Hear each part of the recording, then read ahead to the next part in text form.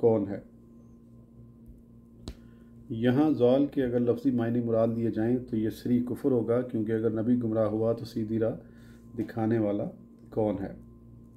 یہاں زوال سے مراد روایتی گمراہی نہیں، بلکہ اس سے مراد یہ بھی زالہ من النبوہ فہداک کہ آپ نبوت سے ورفتہ تھے تو آپ کو اس کی طرف ہدایت فرمائی۔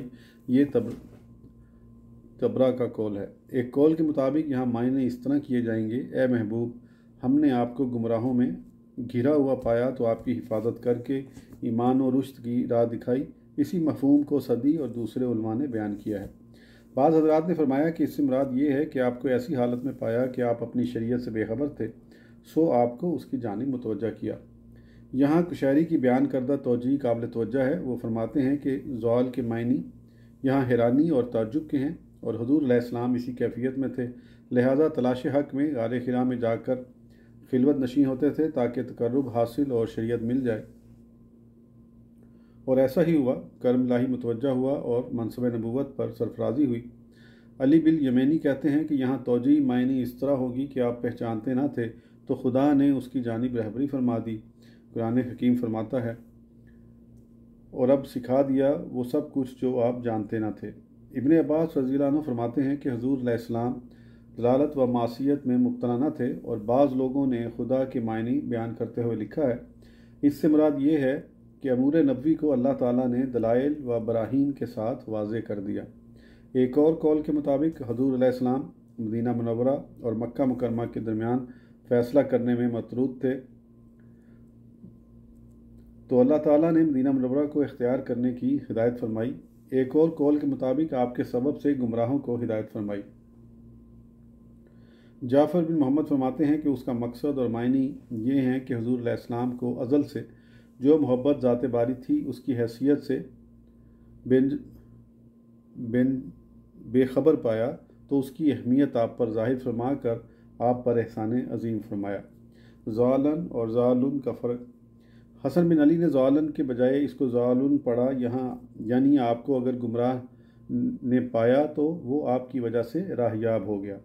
ابن عطا فرماتے ہیں کہ ووجادہ کا زوالن فہدہ میں زوالن کے معنی محبت و وارفتگی کے لیے جائیں گے۔ وارفتگی کے علاوہ دوست کے معنی بھی لیے جا سکتے ہیں، اور دوست کے سلسلے میں قرآنی آیت بھی شہادت دیتی ہے۔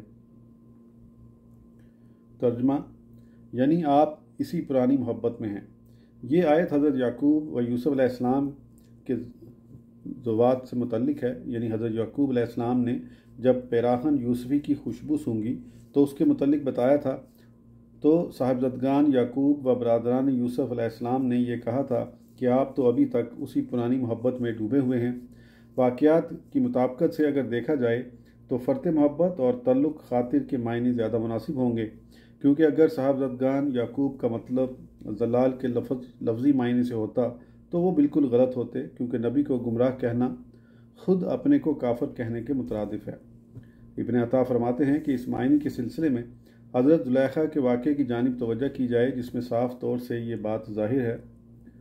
ترجمہ: ہم زلیخا کو کھلی محبت میں دیکھتے ہیں۔ سید الطائفہ جناب جنید بغدادی رحمۃ اللہ علیہ نے فرمایا کہ میں نے اس آیت کے معنی یہ سمجھے ہیں کہ اللہ سبحانہ وتعالیٰ نے آپ کو نزول وحی کے بعد کلام و احکام کے بارے میں متخیر پایا، لہٰذا اس کے بیان کی ہدایت فرمائی، اور شیخ جنید علیہ الرحمہ نے اپنے ترجمے کے ذیل میں اس آیت سے استدلال فرمایا۔ ہم نے آپ پر ذکر قرآن نازل کیا تاکہ آپ اسے لوگوں کو سنائیں اور وہ اس میں غور و فکر کریں۔ اس سلسلے میں ایک اور تحقیق اس طرح منقول ہوئی ہے کہ آپ کی نبوت اور رسالت سے کوئی واقف نہ تھا، سو ہم نے اس کو ظاہر کر دیا، جس کی وجہ سے سعادت مند اور ہدایت یافتہ ہو گئے۔ جناب مصنف کی تحقیق: قاضی ایاز رحمۃ اللہ علیہ فرماتے ہیں کہ میرے مطالعے میں کوئی ایسی تحقیق نہیں آئی جس میں کہ کسی اہل علم نے آیت زیر بحث میں زوالن کے معنی یہ کیے ہوں کہ حضور اکرم صلی اللہ علیہ وآلہ وسلم راہ ہدایت سے بھٹکے ہوئے تھے، اس لیے اللہ تعالیٰ نے ان کو ہدایت کی راہ دکھائی، اور اس کی دلیل میں جناب موسیٰ علیہ السلام کا وہ قول جس میں آپ نے کبتی والے واقعے کی جانب اشارہ فرمایا ہے۔ الفاظ قرآنی میں ملاحظہ کریں۔ ترجمہ: میں نے یہ کام اس وقت کیا جب کہ میں ناواقفوں میں سے تھا۔ ان الفاظ کا مطلب یہ ہے کہ جناب کلیم اللہ سے جو کام سرزد ہوا ہے اس میں قصد و ارادہ کا دخل نہ تھا، بلکہ یہ کام اتفاقاً ہو گیا، اس میں کجوی و گمراہی کا دخل نہیں ہے۔ یہ بھی عرفہ کی تحقیق کے مطابق ہے، لیکن ابن زہری فرماتے ہیں کہ ضالین کے معنی یہاں ناسعین کے لیے جائیں گے، جس کا مفہوم یہ ہوگا کہ یہ کام سہون ہوا تھا۔ بینہ یہی معنی و وجدہ کا ضالن میں کیے جائیں گے، اور اس پر آیت قرآنی سے استدلال کیا جا سکتا ہے۔ ترجمہ: دو عورتوں میں سے اگر ایک عورت بھول جائے تو دوسری اس کو یاد کرا دے۔ ایک اعتراض اور اس کا جواب۔ لیکن یہاں کوئی یہ اعتراض کرے کہ مذکورہ تحقیق و تدقیق کو اگر درست مان لیا جائے اور ضالن کے وہی معنی تسلیم کر لیے جائیں جو حضرات اہل علم نے بتائے ہیں، تو اس آیت قرآنی کا کیا مطلب ہوگا؟ ترجمہ: آپ نہیں جانتے تھے کہ کتاب کیا ہے اور ایمان کیا ہے۔ سمرقندی فرماتے ہیں کہ اس اعتراض کا جواب یہ ہے کہ جیسا بعثت سے پہلے نہ تو قرآن کے متعلق علم رکھتے تھے اور نہ طریقہ تعلیم سے واقف تھے، بکر بن قاضی نے بھی یہی بات اس اضافے کے ساتھ کہی کہ آپ قبل بعثت اللہ کی وحدانیت کا علم رکھتے تھے، مگر فرائض و احکام اس وقت نازل نہ ہوئے تھے، اس لیے ان کا علم نہ تھا۔ اس وقت احکام تکلیفی یعنی مکلف نہ تھے، جب احکام الہی فرائض وغیرہ معلوم ہوئے اور یہی ایمان کی زیادتی کا سبب ہوئے۔ جناب مصنف فرماتے ہیں کہ یہ وجہ دوسری تمام وجوہ سے زیادہ معلوم ہوتی ہے۔ علاوہ ازیں اگر کوئی یہ اعتراض کرے کہ ہر اس آیت قرآن کا کیا مطلب ہوگا، ترجمہ: اور آپ اس سے پہلے بے خبر تھے، اور اس آیت کے وہ معنی نہیں جو حسب ذیل آیت کے ہیں، اور وہ لوگ جو ہماری آیتوں سے غافل ہیں۔ ابو عبداللہ ہردوی نے کہا ہے کہ آپ حضرت یوسف علیہ السلام کے واقعے سے اس وقت تک واقف نہ تھے، اور یہ واقعہ آپ کو بذریعہ وحی بتایا گیا ہے۔ اس طرح وہ حدیث جو عثمان بن شیبہ سے ان کے ذرائع کے مطابق حضرت جابر رضی اللہ عنہ سے مروی ہے کہ حضور علیہ السلام مشرکین کے ساتھ ان کی محافل میں شرکت فرماتے تھے۔ ایک دن ایسی ہی تقریب میں تشریف لے جا رہے تھے، راہ میں آپ نے اپنے عقب میں دو فرشتوں کو باتیں کرتے سنا۔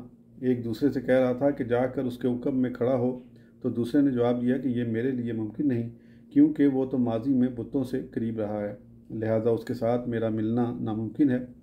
فرشتوں کی یہ بات سن کر پھر کبھی حضور علیہ السلام مشرکین کے ساتھ ان کی مجالس میں شریک نہیں ہوئے۔ امام احمد بن حنبل نے اس کو قریب بموضوع بتایا ہے۔ صاحب دار قطنی نے کہا کہ عثمان نے اس حدیث کی سند میں وہم کیا، اور بلا خوف و تردید یہ کہا جا سکتا ہے کہ یہ حدیث منکر ہے جس کے راویوں پر اعتماد نہیں کیا جا سکتا، اور اس کی وجہ یہ ہے کہ مذکورہ بالا حدیث کا مضمون امر معروف کے خلاف نظر آتا ہے، اور اس کی دلیل یہ ہے کہ حضور علیہ السلام نے فرمایا ہے کہ بتوں سے عداوت تو مجھے ہمیشہ سے رہی ہے۔ چچا اور ان کے خاندان کے ساتھ ایک تہوار میں شرکت۔ ام ایمن سے ایک اور روایت اس طرح نقل کی گئی ہے کہ ایک تہوار کے موقع پر آپ کے چچا اور ان کے اہل خاندان نے حضور علیہ السلام سے ساتھ چلنے پر اصرار کیا، تو حضور نے ان کے ہمراہ جانا پسند نہ فرمایا، لیکن جب اصرار شدید ہوا تو مجبوراً ان کے ہمراہ تشریف لے گئے۔ لیکن اس موقع پر جو حالات پیش آئے ان کی تفصیل اس طرح ملتی ہے۔ حضور فرماتے ہیں، میں ان کے اصرار پر جب ان لوگوں کے ساتھ گیا تو میرا جب بھی کسی بت پر گزر ہوا تو وہاں مجھے ایک سفید فام طویل القامت شخص نظر آیا، اور اس نے مجھ سے کہا کہ خبردار اس کے قریب بھی نہ آئیں اور اس کو نہ چھوئیں۔ اس جشن سے حضور علیہ السلام نہایت منقبض ہو کر تشریف لائے، اور اس کے بعد کبھی کہیں تشریف نہ لے گئے۔ بحیرہ راہب کا قسم دلانا۔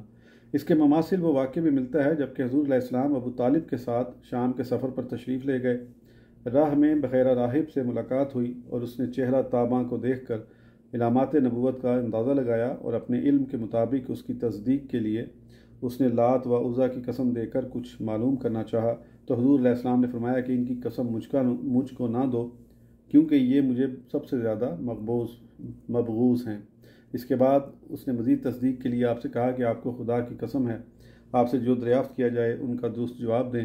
باری تعالیٰ کا نام سن کر حضور نے فرمایا کہ اب تو جو چاہے سوال کر۔ بعثت سے قبل حضور وقوف عرفات کی تاکید فرماتے تھے۔ سیرت نبوی کے درخشاں اور تابناک پہلوؤں میں سے ایک بات یہ بھی ہے کہ حضور نے قبل بعثت مشرکین عرب کے طریقہ کار حج کے موقع پر وقوف مزدلفہ کی مخالفت فرمائی اور وقوف عرفات کی طرف توجہ دلائی، کیونکہ جناب ابراہیم علیہ السلام نے بھی عرفات میں وقوف فرمایا تھا۔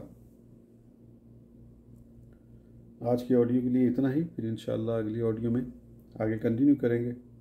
اس وقت تک کے لیے اجازت دیجیے، سبسکرائب کرنا نہ بھولیں۔ اللہ حافظ۔